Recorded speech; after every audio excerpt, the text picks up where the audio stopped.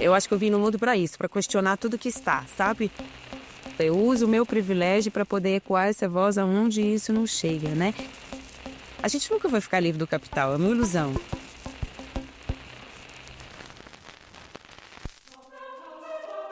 That marijuana is probably the most dangerous drug in the United States. E eu acho que essas campanhas antidrogas são muito ineficientes. Regulação de um mercado que já existe. Regulação. Trata de ver se o caso da maconha pode ser regulada, ao invés de ser simplesmente proibida. Herb is a plant. I mean, herbs are good for everything. Gilberto Gil declarou que, entre aspas, gostava da maconha. Olá, olá! Eu sou a Anitta Crepe e você tá ouvindo o Cannabis Hoje Pode, o podcast que te conta os avanços da cannabis e dos psicodélicos com contexto e análise, gerando debates guiados pelos maiores especialistas no assunto. A terceira temporada do Cannabis Hoje Pode tem o apoio de Unileia, USA Hemp, TreeStar, Bliss, Let's Indoor, NetSeeds, Aleda e Gorilla. Essas marcas reconhecem o valor da comunicação responsável e do jornalismo de qualidade para apontar os caminhos do setor com informação e análise para normalizar o que um dia foi tabu. Fica aqui comigo que eu já volto.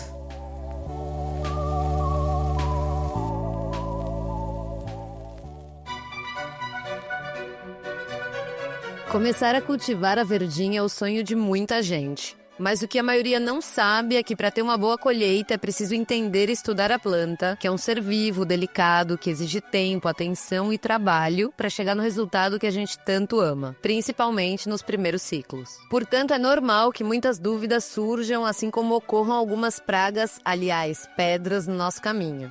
Então, para você não embarcar nessa sozinho, a consultoria da Let's Indoor tira suas dúvidas desde antes da germinação até a colheita. Qual o tamanho de estufa escolher, qual o melhor fertilizante, como montar um belo solo orgânico. Para isso e muito mais, a equipe da Let's Indoor tem a resposta. E você ainda conta com equipamentos top de linha para colher resultados superiores, desde painéis de LED estufas, passando pelos acessórios e muito mais. Usando o cupom Cannabis Hoje, tudo junto em maiúscula, você garante um desconto comprando na loja online. Não perca essa chance de investir no seu autocultivo com qualidade e economia. A Let's Indoor é parceira do início ao fim.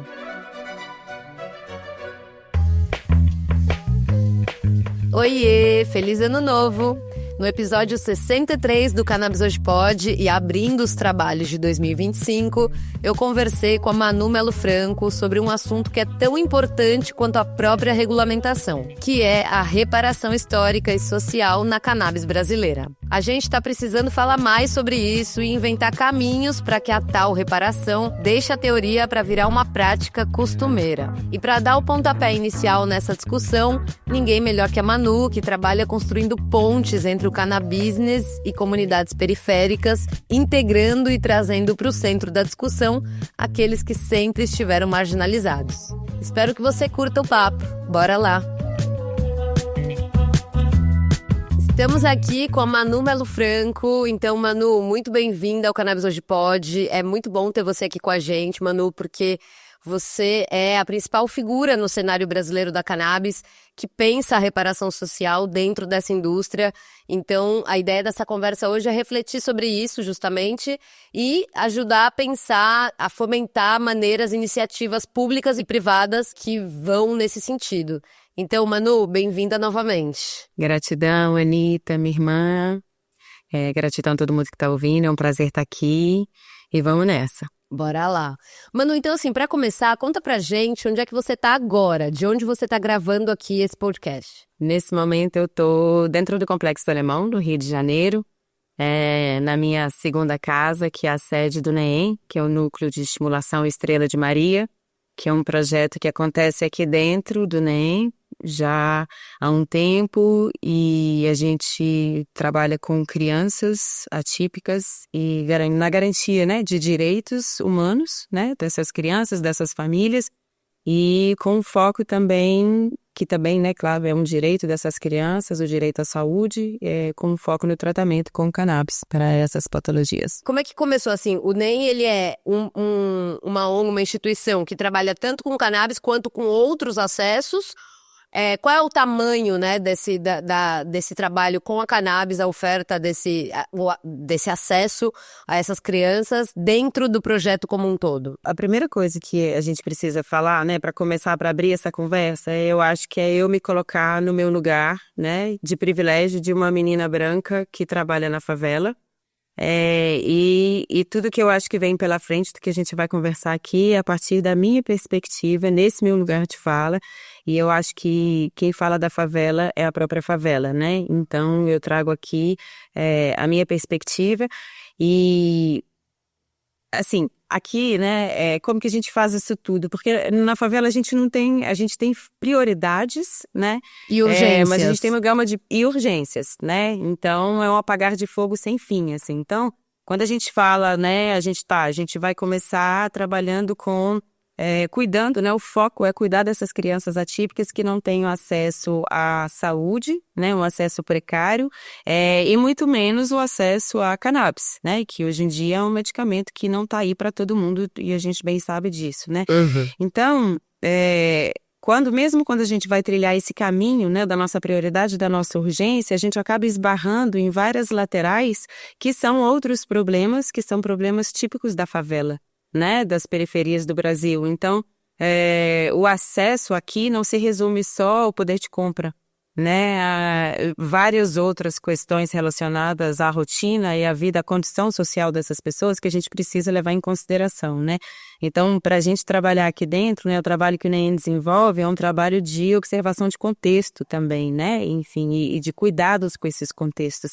É um apagar de fogo sem fim, né, você dá um passo, tampa um buraco, e quando você vai dar o próximo passo, você cai em outro buraco, né, e você precisa tampar esse para poder chegar no próximo. Então, hoje em dia, o NEM acolhe, são 149 favelas, né, que a gente trabalha, e, por exemplo, né, um exemplo só para você entender essa cadeia, né, que são, por exemplo, laudos de diagnóstico, né, para a gente diagnosticar uma criança com alguma síndrome neurológica, essa pessoa, a gente tem mães aqui que passaram 4 anos na fila do SUS para conseguir um laudo de diagnóstico, e esse laudo de diagnóstico, ele é super importante por vários motivos, né? Então, a gente precisa diagnosticar essa criança como autista, por exemplo, né? Para que ela tenha o direito ao tratamento com cannabis, mas ao mesmo tempo, esse laudo quer dizer que essa mãe vai conseguir um BPC-LOAS, né? Que é um benefício do governo.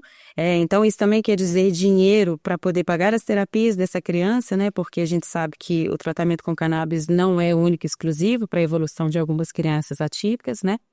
E então a gente vai mexendo nessas outras estruturas, né? E o laudo também quer dizer conseguir intermediadores nas escolas para essas crianças, nas escolas públicas. Então, a gente acaba mexendo em toda a estrutura dessa família para que ela realmente alcance todos os direitos que ela tem enquanto uma família atípica, enquanto uma família de favela, né?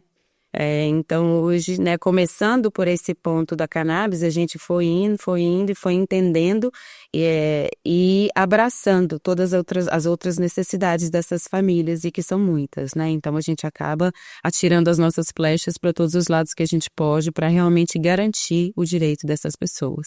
E aí, assim, falando da gênese desse projeto, que, se eu não me engano, foi lá em 2021 ainda, enquanto você era diretora de comunicação da USA Hemp, eu queria que você contasse um pouco como é que rolou esse primeiro contato entre você e a Rafaela França, que é justamente a principal interlocutora desse projeto, né, que fez o negócio acontecer. Conta pra gente desses primórdios. Isso foi muito junto com a minha entrada no mercado da cannabis enquanto profissional, né? Maconheira já sou e há muitos anos, né? Mas quando eu entro nesse mercado, e isso é uma outra história também que é importante depois a gente falar, um dos meus primeiros passos foi dentro da comunicação e do marketing das empresas de cannabis, né?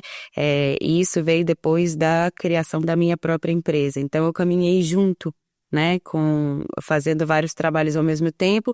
E dentro da diretoria de marketing dessa empresa, eu tive em contato, administrava as redes sociais da USA Hemp, e um dia a gente recebeu uma mensagem de uma mulher daqui chamada Rafaela França, que hoje, né, é a fundadora e a coordenadora do NEM, a minha grande mestra, e a gente recebeu uma mensagem dela falando que tinha conseguido comprar esse medicamento da US Hemp para a filha que era autista e que ela estava com uma dificuldade de pagar o frete, né? Então aí a gente já começa a ter uma noção da dificuldade de acesso, né? Quando a gente fala da periferia e das pessoas menos favorecidas.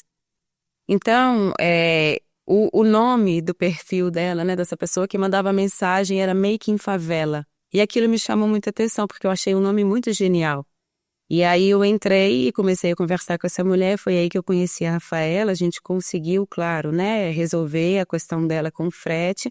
E eu, muito curiosa, com a força daquela mulher, com aquela história toda, fui interagindo com ela e buscando saber quem ela era.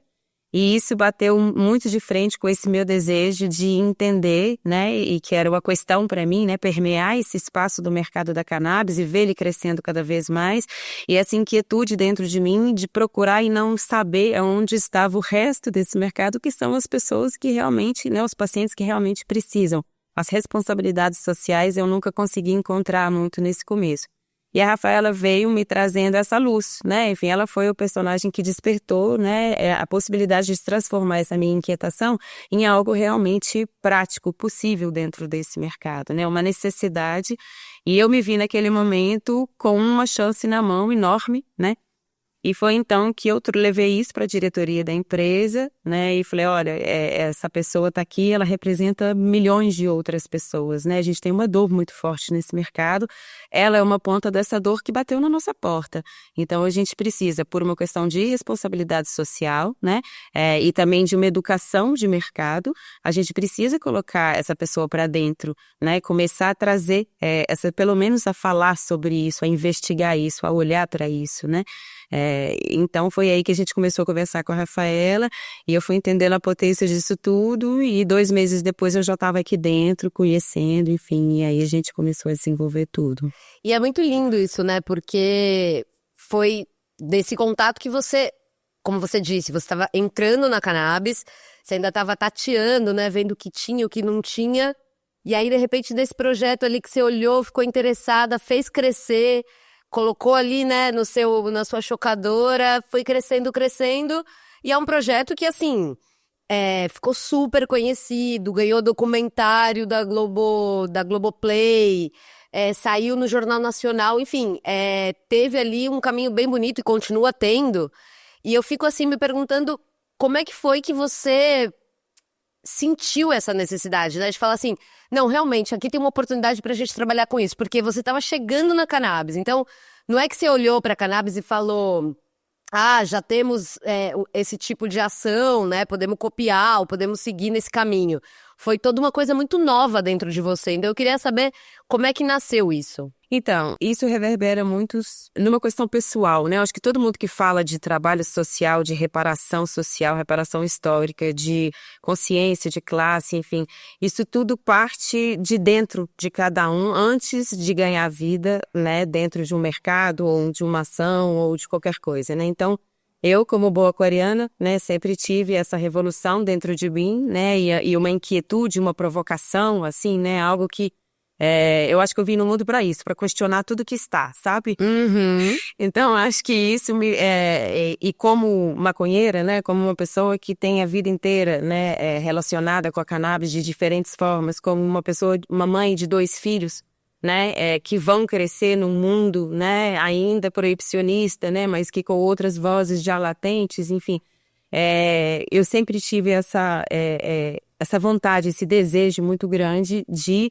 me dar, né, de aproveitar os meus privilégios e compartilhar esses privilégios dentro de projetos ou de ações que tenham a ver com aquilo que eu sou, com aquilo que eu vibro, com aquilo que eu imagino para o mundo, né, para o mundo que eu quero deixar para os meus filhos, né, como eu posso ser agente transformadora desse espaço que eu ocupo, né.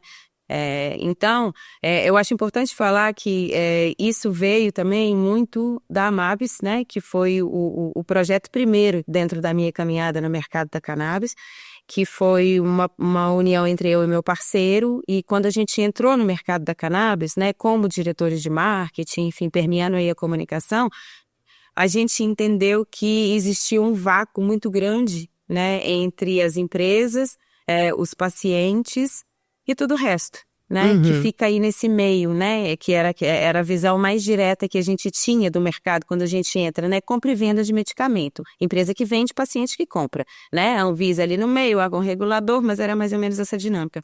E a gente começou a perceber vários outros buracos. Por quê? Porque nesse momento a gente estava começando e no fronte direto com o paciente. E aí foi nesse fronte direto que a gente começou a perceber, muita gente não acessa isso, tá errado, sabe?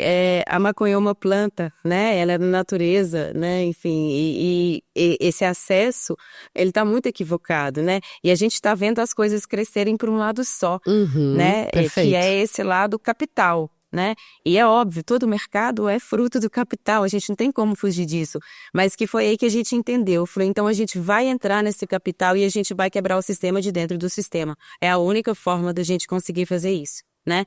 Então a gente veste, né? Eu deixo de lado um pouco a minha ira revolucionária, visto um pouco, né, a minha capa política de empreendedora, e aí, trilhando todos esses caminhos para poder chegar nessa percepção clara e absoluta de que a gente precisa olhar para todas as, né, para todos os 360 lados dessa, né, esse ângulo aí desse mercado. Então, eu acho que quando eu percebi, né, quando a Rafaela chegou dentro dessa empresa e a gente começou a conversar, né, eu acho que ela é a grande estrela disso, né, ela é a grande inspiração. A única coisa que eu fiz foi ser a ponte entre o mundo que ela habita e o mundo lá fora, que eu habito também, né, que é o meu mundo. Eu não sou cria da favela, eu sou uma menina branca da pista. Né? Então, eu entendi isso, que talvez o nosso papel, né, o papel meu, o papel da Amabs, enfim, seria esse, né? O lugar que eu quero ocupar é esse, de ser a ponte entre um lado e outro, até que essas pontes não precisam mais existir, porque os dois ocupam lugares de equidade, né? Talvez uma utopia, mas enfim, também mais ou vivemos menos disso, por aí. né? Também vivemos de utopia. Também vivemos disso, por favor. Por favor. E Manu, você falou, né, que você e seu companheiro, então, o Hugo, vem do marketing, né? Então, esse tipo de ação, ela necessariamente nasce do marketing ou é mais fácil que ela nasça do marketing? Isso é ruim? Como é que você interpreta? Porque tem espaço para isso ser pensado em outras áreas dentro de uma empresa de cannabis? Ou é realmente com marketing? Não, eu acho que o ideal seria que fosse assim. Eu acho que toda empresa tem aqueles setores básicos, né? Toda empresa tem um atendimento ao paciente, ao cliente, toda empresa tem uma equipe de médicos, toda empresa tem um setor de vendas, toda equipe tem um administrativo, um CEO, enfim, né? São aquelas caixinhas que compõem ali aquela pirâmide que é, né, uma empresa. E a gente nunca vê um setor socioambiental. Né? Raramente você encontra numa empresa, eu posso contar nos dedos, assim, as que eu já encontrei, mas mesmo assim que não conseguiram se sustentar, na verdade, né? Porque também tem isso. Você cria, mas você não cria e abandona, você cria e sustenta. Você precisa sustentar e fechar os ciclos daquilo que você começou, principalmente quando você está falando de periferia, né? Aí está o nome, né? A responsabilidade social. Então, o ideal seria assim, no meu melhor mundo, assim, eu gostaria, assim, o meu sonho era que cada empresa tivesse um olho específico virado para isso, né? Só que o quê? Pela nossa cultura brasileira, né? Enfim, eu sou filha dos anos 80 e naquela época a gente não falava de social, a gente falava de caridade, né? A gente falava de esmola quase, né? Assim, o seu nome é muito feio, mas o que se fazia era mais ou menos isso, né? E aí, depois de um tempo, né, hoje a gente já consegue entender que isso muda um pouco de nome, né? Assim, as próprias pessoas da favela entendem, pelo que eu vejo aqui, que elas não querem mais esmola, elas querem estar dentro daquilo, né, daquele lugar, elas não querem mais a margem, elas querem o centro, é o lugar que eles pertencem, né? Então, seria o ideal isso, né? Que a gente tivesse pessoas olhando diretamente e agindo diretamente nesses focos. Mas isso é quase impossível, porque existe ainda essa cultura de que o social é gastar um dinheiro sem retorno, né? Então, numa empresa que ganha não sei quantos milhões por ano, no mercado que cresce não sei quantos milhões por ano no mundo, a sensação que eu tenho é que a corrida é essa, é uma corrida maluca por quem chega na frente, por quem vende mais, quem tem mais grana. Então, se o social não dá dinheiro, por que eu vou investir nisso, né? Então, quando a gente fala do marketing, né, o marketing quem? Entre aspas, é aquele que vai fazer um auê, né, externamente para que o dinheiro entre, né? São estratégias ali que vão reverberando aonde? No setor de vendas. E todo mundo tem um marketing, porque entende a importância desse trabalho, né? Então, como eu não acho, né, esse espaço, esses setores específicos que falam a mesma língua que eu, qual é a minha estratégia? Depois de brigar com todo mundo, porque eu também já fiz isso, né, na minha ira, de tentar colocar essa consciência na cabeça das pessoas, eu comecei a pular para o próprio marketing, né? E aí, quando a gente fala para ele, quando a gente tenta falar, olha, o seu marketing, ele pode ser um marketing que investe também em ferramenta social. Você não precisa investir só em mídia, online, impressa, enfim, existe um outro tipo de estratégia que é a ferramenta social, que são pessoas, né? Que são projetos, iniciativas. Então, o seu marketing também pode passar por isso e você também pode ter retorno com isso. Eu acho que é isso que as pessoas ainda não entenderam, né? Porque não se atreveram a tentar. Porque reza a lenda que o social não dá dinheiro para ninguém. Né? Mas eu acho que aí também é uma falta de criatividade, uma falta ainda dessa percepção, né? Porque o marketing tem estratégia para tudo, por que você não vai ter estratégia para o social também? Mas você tem que querer, seu olho tem que estar virado para isso, né? Você tem que estar prestando atenção nisso. Então, por isso que eu acho que hoje o marketing é para onde eu aponto a minha flecha. Né? Porque é ele que vai chegar lá no CEO, lá na empresa, vai falar, olha, isso aqui vai dar dinheiro para a gente também. Né? Isso também pode ser uma estratégia de venda para a gente, né? Mas ainda assim é muito difícil. Por isso que eu acho que isso tudo é uma questão também de educação, sabe? A gente precisa educação educar empresarial as pessoas. mesmo também. Empresarial, exatamente. Para a consciência e para a responsabilidade que todas essas pessoas têm, né? Todas essas empresas têm dentro de um mercado que a gente sabe que é super proibicionista. Quantos anos a gente vive disso, né? E que a gente precisa romper isso e colocar o pé onde ninguém quer colocar. E é o que você vem fazendo, né? E assim, são poucos os nomes que a gente tem no Brasil fazendo isso que você está fazendo, né? Eu não conheço, inclusive, se aqui estiver ouvindo alguém que tiver um nome para indicar, para falar que tem um trabalho bacana nessa área, por favor, cannabishoje@gmail.com. E, Manu, como é que você tem notado a preocupação com o social dentro do cannabis brasileiro, justamente? Assim, é muito difícil, Anitta, é muito difícil, mas ao mesmo tempo tem uns focos de esperança que acontecem, assim, sempre tem. Sabe? E é neles que eu me prendo, sabe? É com eles que eu sigo, enfim. Existem muitas empresas que se abrem, né? Porque o meu trabalho é esse, né? Eu fico correndo atrás das pessoas para tentar mostrar para elas o que a gente está fazendo, né? E, na verdade, no fundo, eu penso que eu estou fazendo, na verdade, um favor para elas, sabe? De falar, olha, você realmente precisa disso, sabe? Todo mundo precisa disso, né? E eu acho, sinceramente, que hoje, né? A gente até falou sobre isso outro dia. Hoje, isso é uma dificuldade para mim, acessar essas empresas e criar essa consciência dentro delas, mas eu acho que daqui a pouco esse jogo vai virar, porque quem não fizer isso é quem vai ficar de fora do mercado. Exatamente. Também, entende? Então, por isso que eu me prendo a esses pequenos focos de esperança né, das pessoas que me ouvem e que vêm aqui, né, no Alemão e que se propõem a conhecer a Rafa, o trabalho que ela faz, né, e ver essa realidade de perto, porque eu acho que em algum momento essas pessoas que estão apostando na gente hoje, não só na gente, mas em qualquer outro tipo de projeto, né, e de ação social, uma hora eles vão sair na frente, sabe? Porque isso vai ser quase que um pré-requisito. E não estou falando só das empresas, eu falo também dos médicos, dos eventos, né, de todos os players, entre aspas, desse mercado. Exatamente. Eu não acho que é só uma responsabilidade da empresa. Eu acho que é uma responsabilidade de todo mundo que está dentro, né, e que está aí lutando pelos avanços todos que a gente precisa e que a gente vem conquistando aos poucos, mas eu realmente sinto que essa parte vem ficando para trás, né, e eu fico o tempo inteiro nesse trabalho solitário, porque eu também conheço pouca gente, e as pessoas que eu conheço são pessoas desses territórios de periferia, né, e que estão lutando para acessar essa outra ponte, né, esse outro lado. Mas é um trabalho de formiguinha, que às vezes é frustrante, e quando eu tô aqui dentro eu sinto que vale muito a pena e eu tenho certeza de que é isso que eu quero fazer no resto da minha vida inteira, e que eu acho sim, eu tenho a esperança de que um dia a gente vai virar esse jogo, né? Com a força do que eu aprendo aqui, do que a Rafaela é e do que ela espalha pelo mundo, né? No Jornal Nacional, documentários, jornais impressos, enfim, as pessoas que vêm aqui, outras ONGs, outras instituições, ela realmente virou uma referência, né? E é o que me deixa muito mais feliz, porque essa não é a minha voz, né? Eu dou uma força, eu uso o meu privilégio para poder ecoar essa voz aonde isso não chega, né? E a minha força de trabalho, o que eu consegui até hoje, né? Com a minha experiência.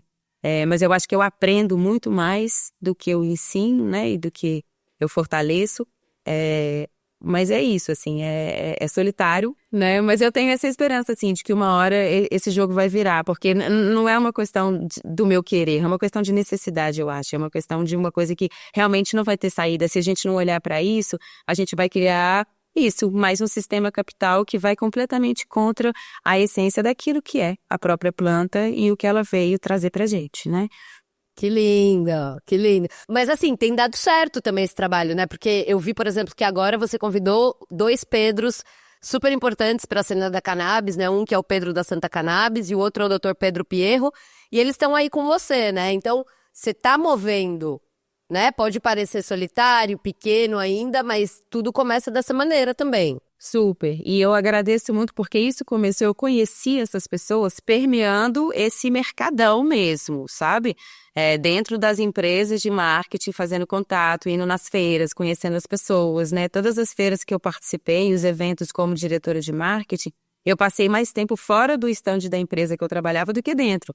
Porque para mim é isso, eu queria conhecer todas as pessoas, eu queria saber quem eram, sabe, para onde elas estavam olhando, né, o que elas estavam fazendo.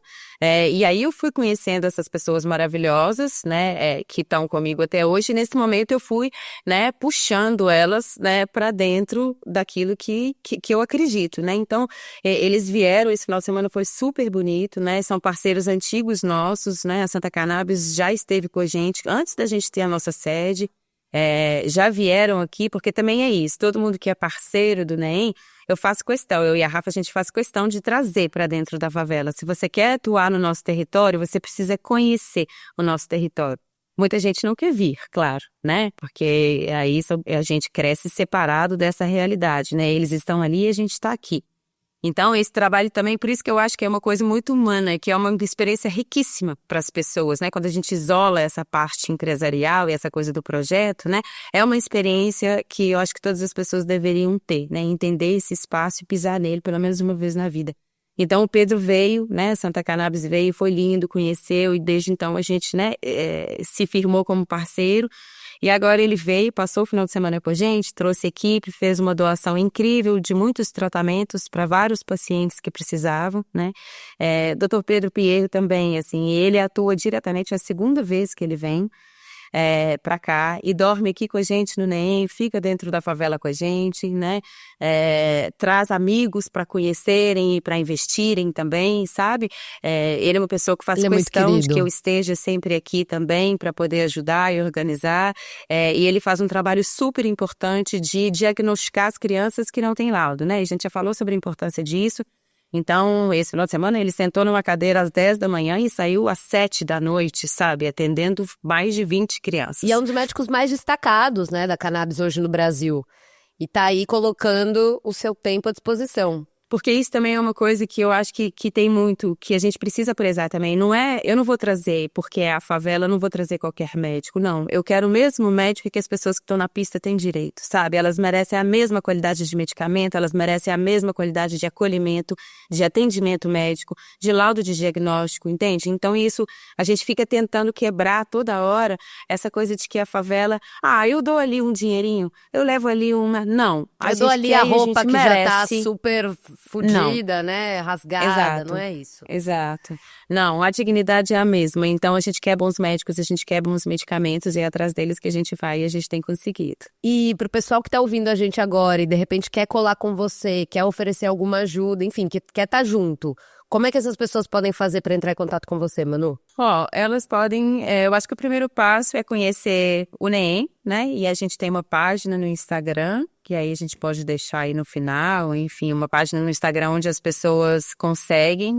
conhecer o NEEM e entender um pouco mais do nosso trabalho, né? E a gente tem 1000 necessidades, né? E tem o meu Instagram pessoal, o Instagram da Mabs, enfim, todos esses lugares a gente consegue fazer contato.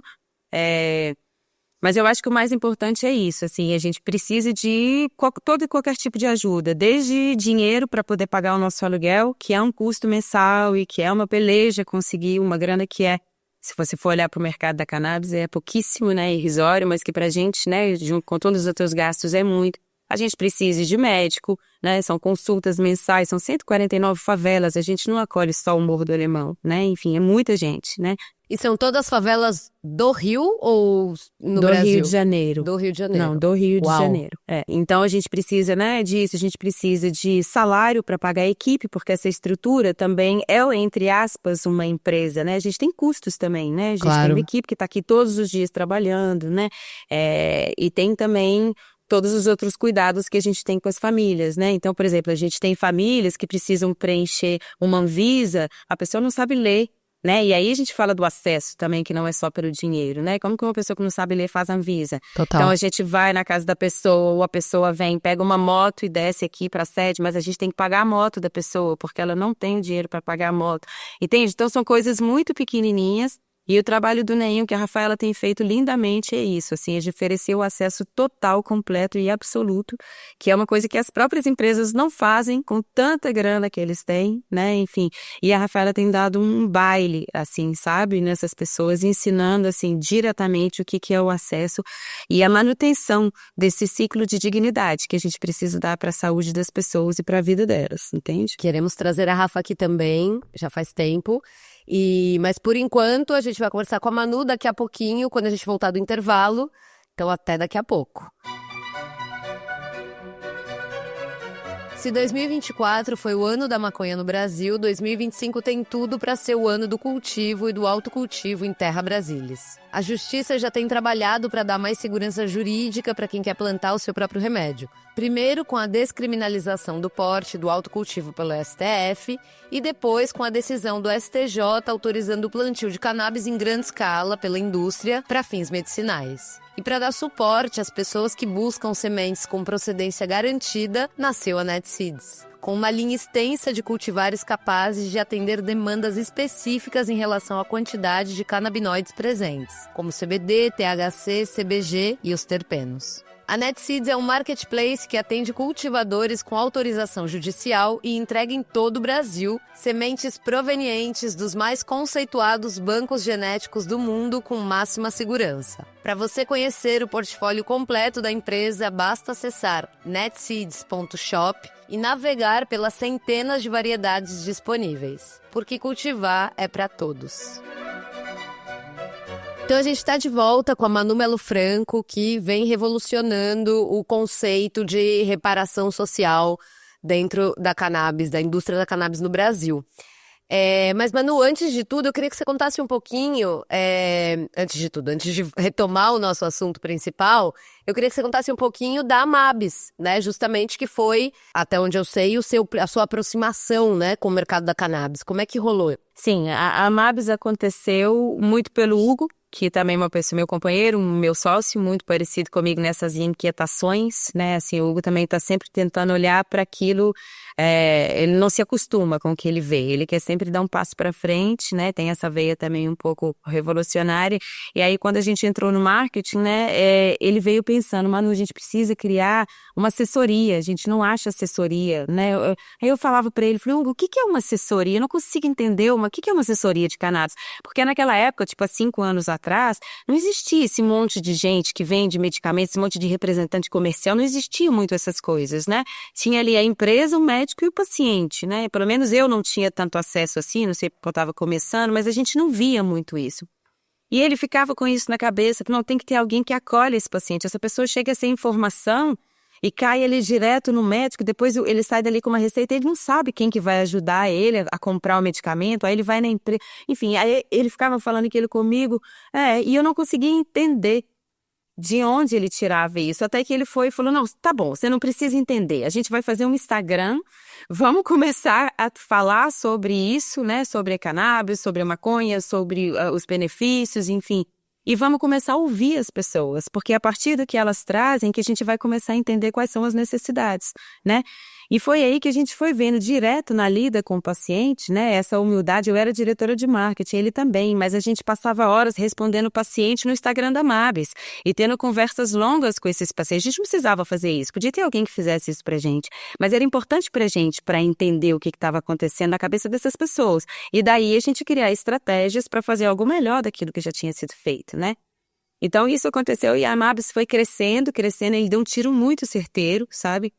E aí foi a nossa grande sacada, porque a gente não foi cria de uma empresa, né? A gente permeou esse mercado empresarial, né? Esses grandes players do mercado e vários deles, mas ao mesmo tempo a gente foi correndo paralelamente, observando todos os erros e acertos, as dores e as alegrias desse grande mercado e criando a nossa própria estratégia de lidar com o paciente, de acolher esse paciente. Isso é uma coisa muito importante que eu acho que assim, a gente precisa muito olhar para isso, né? Que tipo de informação essas pessoas que estão no front da venda do medicamento estão levando para o seu paciente, né?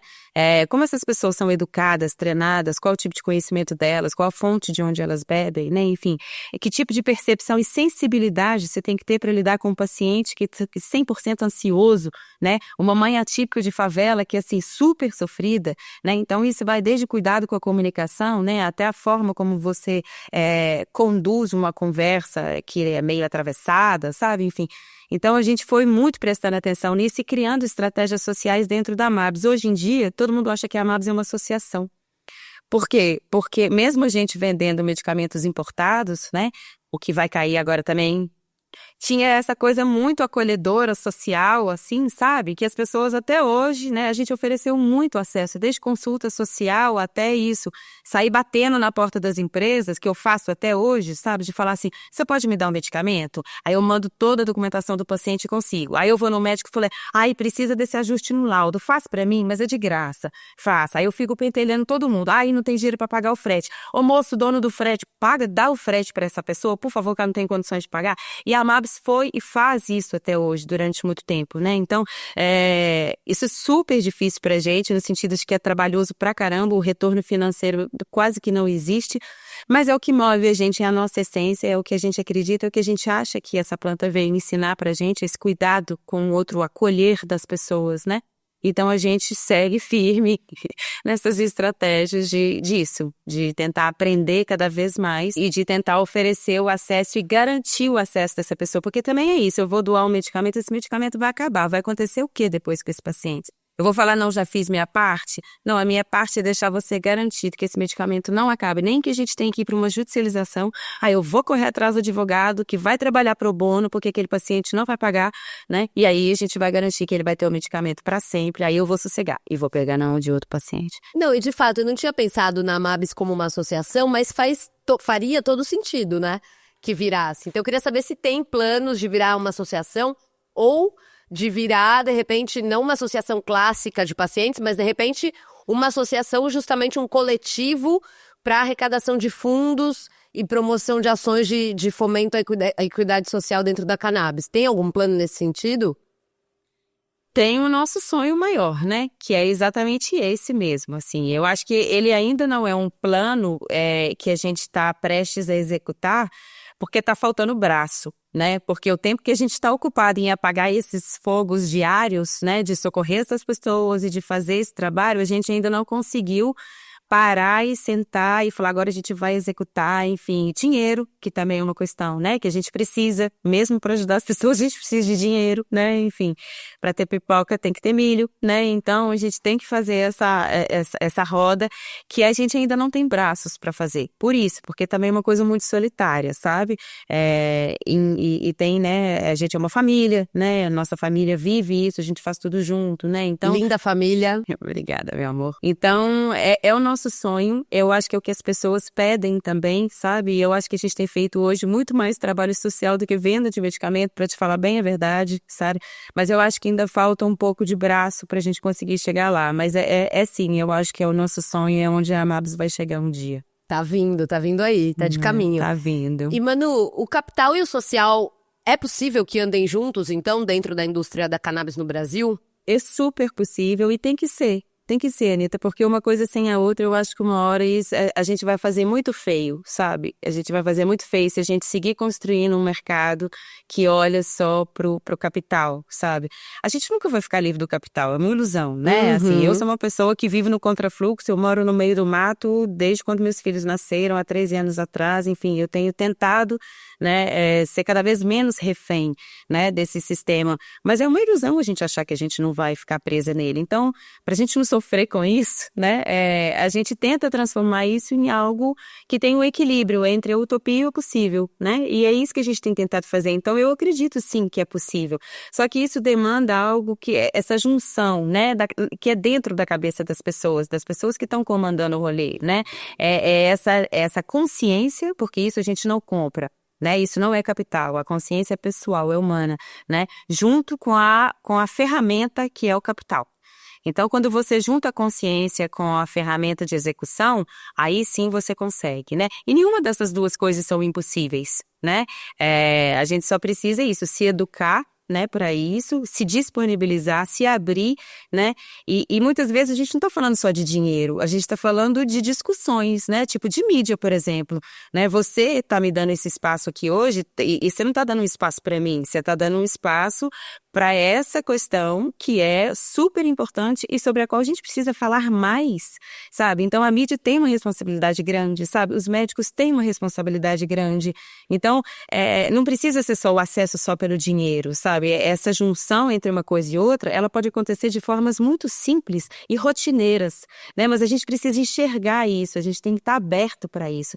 E esse eu acho que é meio que uma bolha que a gente ainda não furou, né? E o meu grito, né, muitas vezes é para isso, é o meu alfinete tentando furar essa bolha e falar, olha, existe um mundo gigante aqui dentro que pode fazer você ser muito melhor pessoalmente, né, empresarialmente, e isso não vai te custar um rio de dinheiro, inclusive isso pode te dar um retorno, né, mas que é algo que precisa ser feito, é algo que precisa ser feito coletivamente, não é por mim, pela favela, pela Rafa, por você, né, é uma questão social. Né? Então, todo mundo precisa assumir uma certa responsabilidade e eu acho que isso é extremamente possível, assim, né? Essa coisa de que o social gasta dinheiro, é a primeira coisa que a gente corta, isso é um discurso também que já está um pouco para trás, né? A gente podia abrir mão dele e olhar para esse novo momento que a gente está vivendo, né? E tentar transformar isso também em algo muito mais potente. Porque tem iniciativas e pessoas como a Rafaela e como o Neem que são incríveis, que são potências, assim, fenomenais, que se as pessoas se propusessem a falar sobre, a olhar para elas, né, não precisa nem botar o pé aqui dentro, né, já seria um grande avanço para a gente, né, a gente já ganharia mais um soldado aqui, outro ali, e aí aos pouquinhos eu acho que a gente chegaria onde a gente realmente precisa chegar. Que bonita conversa sobre utopias. Muito bom, Manu.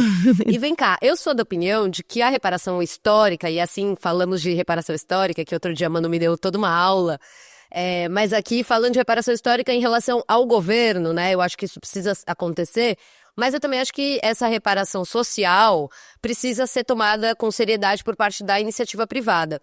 Então eu queria saber se você concorda que as empresas também precisam apresentar planos de equidade e não deixar tudo na mão do governo, até porque se a gente esperar, né, o governo enrola, atrasa, é lento, a gente sabe disso. Como é que na sua cabeça, a divisão das responsabilidades, né, entre o governo e a iniciativa privada, Manu? Eu acho que essa divisão, na verdade, ela é uma dupla que se retroalimenta. Porque uma coisa puxa a outra, né? Porque se eu empurro só para o governo, eu caio numa zona de conforto, e realmente deveria ser o governo quem cuida disso, né? Mas isso também é uma zona de conforto que a gente já viu que, né, não só no mercado da maconha, mas na vida inteira, isso é uma coisa que essa seria uma utopia, né? De que o governo vai resolver tudo, né? Então, a gente parte para esse outro lado de que a gente também tem uma certa responsabilidade, né, sobre isso.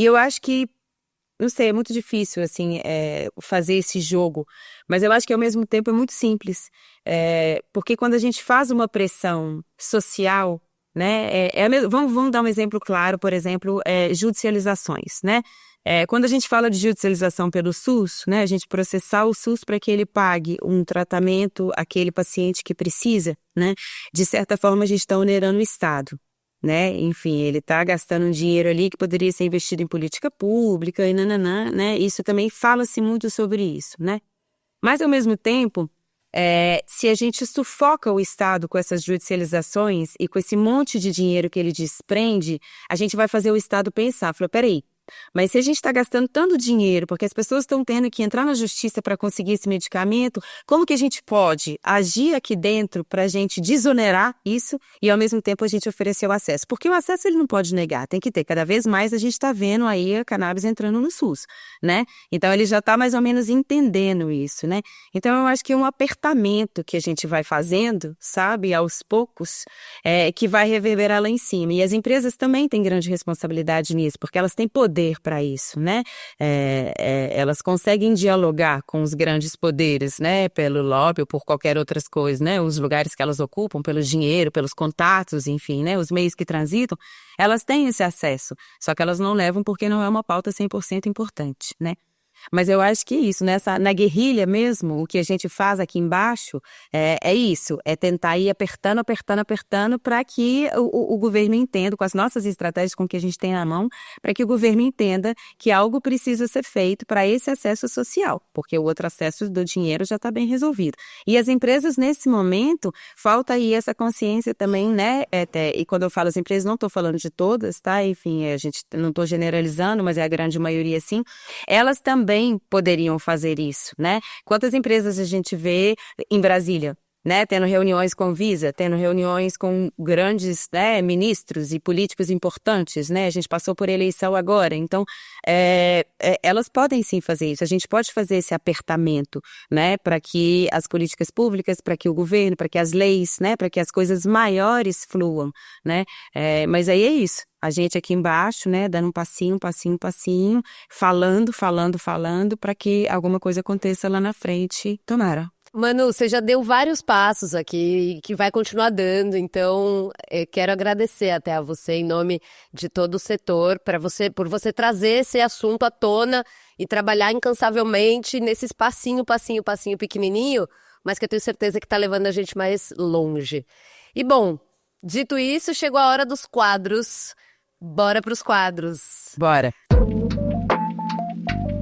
Manu, eu quero saber qual é a sua legalização ideal pro Brasil. Nossa, que pergunta difícil. Pois é. Eu acho que a legalização ideal... Engraçado, eu tava conversando com os dois Pedros esse final de semana e eles me fizeram uma pergunta parecida, assim, né? E eu também fiquei, assim, apertada. Mas eu acho que o meu campo de visão tá muito virado aqui para essa base, sabe? Eu acredito muito na base. E como a base consegue criar forças lá em cima, reverberar lá em cima, né? Então, eu acho que a legalização ideal, a legislação ideal, enfim, seria aquela que tem, não como foco, mas pelo menos como lugar de equidade, a periferia, a população preta, né, as mães solteiras que foram, né, as mães atípicas que começaram toda essa história, a gente nunca pode esquecer disso, né, que quem foi que começou toda essa história aqui no Brasil, a força dessas mulheres. Então eu acho que o ideal para mim seria quando a gente tivesse... Na verdade, não importa exatamente a lei e a legislação, mas importa quem está sendo acolhido e se isso que está sendo criado realmente está sendo possível para todas as camadas da população, da sociedade, né? E se esses direitos estão sendo garantidos para a população aqui embaixo, aqui na base, sabe? Se isso abraça, né? Então, nenhum avanço para mim é satisfatório quando ele não beneficia as populações periféricas, os povos negros, os indígenas, né? Enfim, os produtores locais, né? Os jardineiros, enfim, toda essa galera, né? Que muitas vezes não está no métier, mas é a galera que esteve antes da gente, né? Muita gente que já morreu para que a gente pudesse estar aqui, né? Enfim, então honrar esses caminhos abertos e seguir, né? Dentro dessa essência, dessa base e disso, desse acolhimento equível, né? Se se é que isso é possível para todas as pessoas que estão inseridas. E é meio o oposto do que a gente vê hoje, né? É isso. E agora, no Cannabis Indica, a gente pede uma sugestão de algum conteúdo, de alguma pessoa relacionada ao cannabis que você acha massa e você quer sugerir, indicar para nossa audiência. Tá, eu acho que a pessoa, né, que eu mais indico é a Rafaela, né, que é minha grande mestra, assim, é uma pessoa que tem feito coisas incríveis dentro dessa favela, né.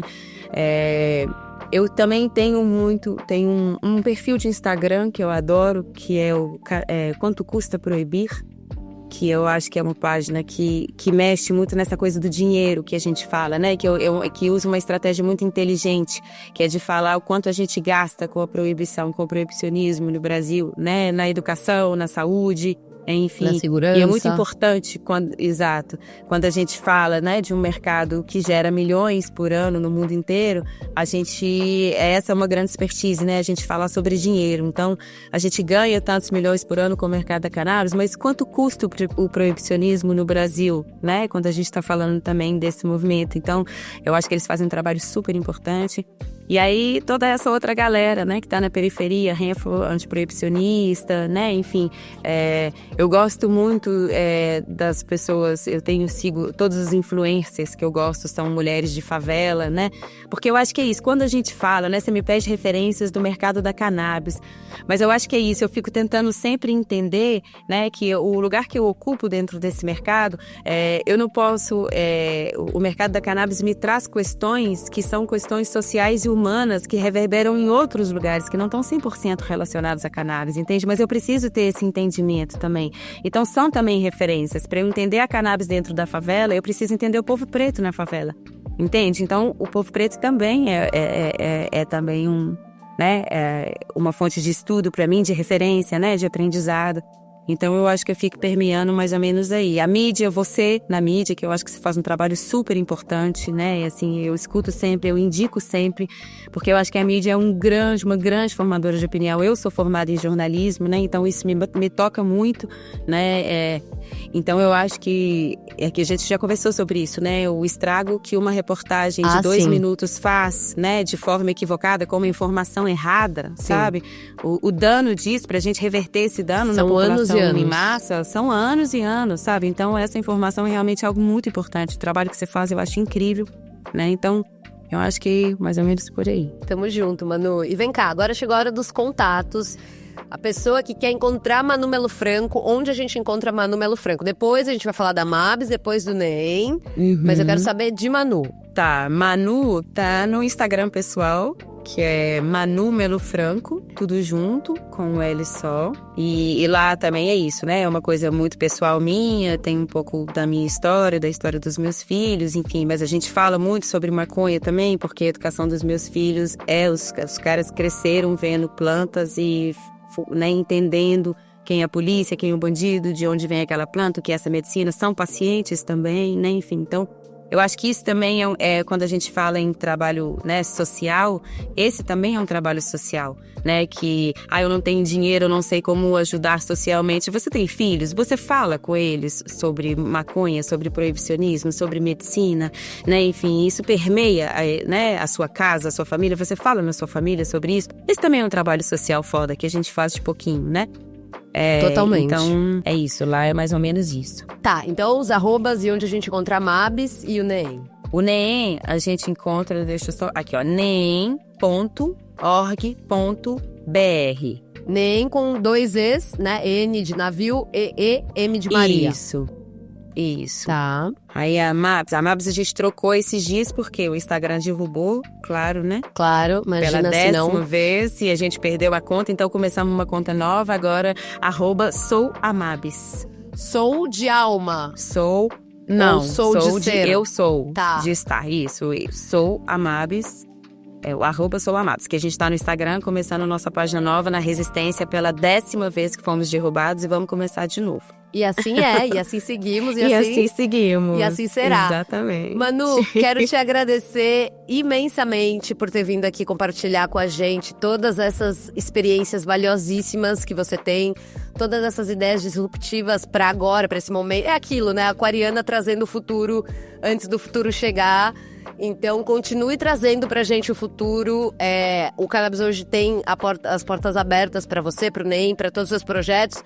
Então, é isso. Sempre muito obrigada pela luz, pela sabedoria. Ai, meu amor, eu que agradeço. Agradeço muito esse espaço. Acho super importante falar sobre isso. E deixo assim, né, pra todo mundo que tá ouvindo, e deixo super aberto, sabe, todos esses canais aí de comunicação, pra se chegar, e não precisa chegar com um plano pronto ou com dinheiro para investir, enfim, eu acho que a gente começa de pequeno, sabe? A gente começa se abrindo para isso, tendo a consciência disso, né? E isso ninguém impõe, ninguém vende, ninguém compra, isso nasce dentro da gente, isso é da gente. Então, chega junto, sabe? Conversa, procura saber, sabe? O que precisa, como eu posso ajudar, eu tenho isso, eu sou aquilo, né? Vamos fazer ponte, vamos movimentar, vamos falar sobre isso. A gente está super aberto para isso, para a gente trabalhar junto, né? Isso é um trabalho coletivo e eu gostaria mesmo, e eu acho que estamos aí pra gente fazer uma revolução completa, né?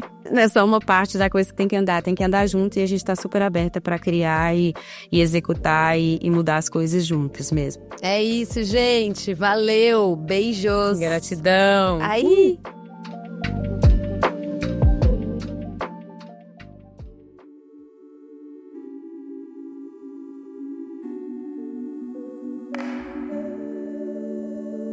Graças a você que ficou com a gente aqui até agora. Se você gostou do papo, deixa um like, uma estrelinha, um comentário, enfim, vai depender da plataforma que você está ouvindo o Cannabis Hoje Pod.